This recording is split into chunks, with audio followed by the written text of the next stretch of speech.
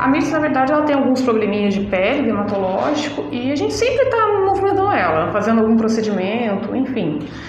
E a gente foi fazer uma tricotomia, tirar os pelinhos dela ali da barriga, e foi aí que percebemos esse crescimento anormal que não estava presente nela. É até um tamanho que me chamou bem a atenção.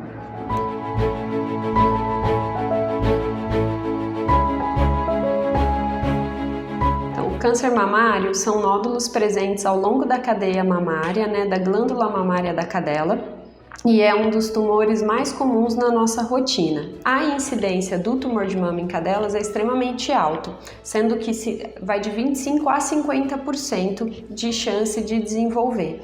É muito comum no Brasil, porque não temos ainda um programa de castração precoce e sabemos que a castração é um dos melhores métodos preventivos para tumor de mama. Então, hoje em dia, a gente sabe que a castração antes do primeiro cio, o paciente tem chance de 0,5% de desenvolver tumor de mama. Passou do primeiro cio, antes do segundo cio, o paciente tem chance de 8% de desenvolver tumor de mama. Do segundo cio para o terceiro, 25%. Após o terceiro cio, já não tem mais valor preventivo para desenvolver tumor de mama. Então, hoje em dia, a gente tem preconizado que essas cadelas sejam castradas entre o primeiro e segundo cio, porque ainda assim a chance de desenvolver tumor de mama tem um valor preventivo para a doença, mas ela ainda sofre uma maturação de outros órgãos com a exposição do primeiro cio. Os tratamentos existentes para o tumor de mama, o principal é a remoção cirúrgica, então a gente remover esse nódulo, Após a remoção cirúrgica, esse material deve ser enviado para análise, que é o conhecido biópsia ou histopatológico, tecnicamente falando, que ele vai analisar exatamente que tipo de tumor, que tipo de célula são aqueles nódulos, porque dependendo da célula, pode ser que não haja indicação de químio e a remoção cirúrgica pode ser curativa, dependendo do caso, às vezes há necessidade de químio. E o que orienta a gente acaba sendo o histopatológico mesmo. A gente descobriu, foi em maio deste ano, que a gente descobriu, tem pouco tempo, foi recente. O protocolo estabelecido para Mirtz no pós-biópsia foi um protocolo de 4 sessões de quimioterapia a cada 21 dias, ou seja, eu aplico no dia 0 e repito apenas após 21 dias a quimioterapia dela, num total de 4 aplicações. A Mirtz hoje está na 3ª sessão, partindo para a última quimioterapia. Fazendo a última sessão, normalmente 30 dias após a última aplicação, eu peço os exames de estadiamento novamente, raio-x de tórax e ultrassom abdominal. Se estiverem tudo ok, sem presença de metástase, a gente dá alta para ela e daí a gente passa para acompanhamento. O que seria o acompanhamento? A gente faz raio-x e ultrassom abdominal a cada 3 meses e depois a cada 6, enfim, de forma periódica para fazer o acompanhamento, porque se surgir uma nova lesão, às vezes não correlacionada com o tumor primário ou metástase, a gente tem um diagnóstico precoce. O diagnóstico precoce aumenta muito a chance de cura do paciente. A quimioterapia é realizada, o protocolo, intravenoso, ou seja, a gente põe o pacientinho, acessa o bracinho dele, a veia dele, como se ele fosse ficar internado por alguma outra queixa, por exemplo, uma diarreia ou vômito. Às vezes a gente tem necessidade de internar o paciente. Então, a gente coloca na veia como se fosse tomar um sorinho e faz a aplicação diretamente na veia do paciente, tá? Então, a quimioterapia, ela age com o objetivo de destruir as células que se multiplicam muito rápido no organismo. Por isso que ela acaba não sendo seletiva. Ela não vai agir só nas células do tumor, que se multiplica muito rápido. Ela também acaba agindo nas células boas do paciente, que são as células da imunidade, estômago e intestino. Mas, de modo geral, eles toleram muito melhor do que o humano, porque as doses usadas na veterinária, primeiro que o nosso objetivo é qualidade de vida, com cura, quando a gente consegue curar os pacientes, mas o principal é a qualidade de vida. Então as nossas doses são muito inferiores ao humano. O objetivo do tratamento do tumor de mama é principalmente controlar a possibilidade de metástase, é controlar para que esse tumor que começou na mama não possa parar, cair, por exemplo, em corrente sanguínea ou linfática e parar em outro órgão.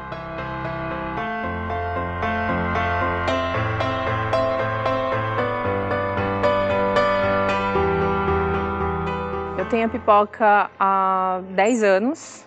A gente encontrou a Pipoca na rua, né? Na época, um dia chuvoso aí, ali perto do Gutenberg. Na época a gente ficou procurando, né? Vendo se era dono, porque ela estava muito bem cuidada.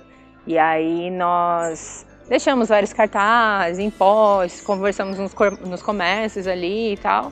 E aí não achamos o dono, aí acabamos ficando com ela, né? O linfoma, ele é uma doença, ele é um tumor do sistema imunológico do paciente, ele é uma doença circulante, que a gente fala, porque é um dos tumores do sangue, né, dos anticorpos, basicamente falando. No caso, o mais comum nos cães é o linfoma multicêntrico, que é o aumento dos linfonodos de pescoço, ombro, axila, virilha, e linfonodos de trás da perna. A Pipoca, um dia ela tava amuadinha e tal, e aí a gente viu que no pescocinho dela parecia que tava inchado, parecia que tinha uma bola, assim, né? Assim, como a gente às vezes fica com, né, dor de garganta, amígdala, e aí a gente levou no veterinário, e ele falou, olha, os linfonodos dela estão muito aumentados. Então vocês vão ter que fazer um exame para ver se pode ser um linfoma, alguma coisa assim. E aí nós fizemos os exames, né, e descobrimos que ela estava com linfoma. Mas até então ela ficou uns 3 dias internada, fazendo vários exames para conseguir descobrir que realmente era câncer. O linfoma é um tumor mais comum do sistema hematopoético que a gente fala, né? Então, entre os tumores do sangue, ele é o mais comum encontrado na rotina, e em cães a incidência dele é de 9%, né? Tem se correlacionado ele, a gente ainda não sabe a causa específica, mas tem se correlacionado ele com fatores ambientais, principalmente poluição, ambientes em que a gente tem contato com aterros sanitários. A gente não indica remoção cirúrgica, então a gente indica a quimioterapia, porque a quimio ela age nas células que estão se multiplicando o tempo inteiro, que estão se dividindo o tempo inteiro no organismo. E acaba que, como são células que estão circulando, a quimio é a melhor forma de tratamento, porque ela também circula pelo corpo inteiro. A Pipoca começou com um aumento dos linfonodos debaixo do pescoço, ombro, axila, virilha e atrás do joelho, além de áreas de hematoma em região de ombro e pescoço. O protocolo da Pipoca foi estabelecido baseado no tipo de tumor dela e não ser cirúrgico, então acaba sendo um protocolo apenas de quimioterapia, num total de 16 aplicações. E na primeira, segunda sessão a gente já viu reduzir completamente esses linfonodos, as áreas de hematoma também sumiram completamente. A quimio para o linfoma é para fazer a remissão, ou seja, fazer a doença dormir completamente. A gente leva esperança para os pacientes, né, para os tutores principalmente. Os que são curativos, ótimo, e os que são apenas paliativo, que é controlador, dá uma qualidade de vida e condição melhor para esse paciente, eu vejo que eu consigo melhorar muito a qualidade de vida, e com isso também não só a qualidade de vida do paciente, mas do tutor também, que chega muito enlutado. Eu ouvi uma vez que eu não trato o câncer, eu trato um paciente com câncer, então é sempre lembrar que aquele paciente é o amor de alguém, ele é o filho, ele é o neto.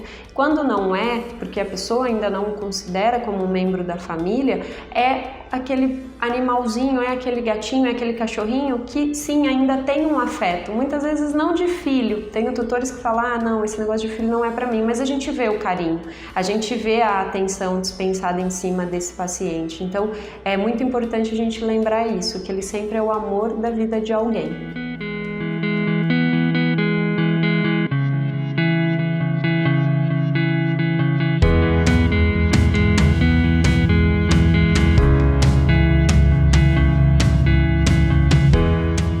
Pipoca é a minha alegria. A Pipoca é a alegria da casa, ela é o amor que a gente tem aqui e que eu falo que é incomparável, assim, no ser humano não é capaz de dar o amor que um animal dá pra gente.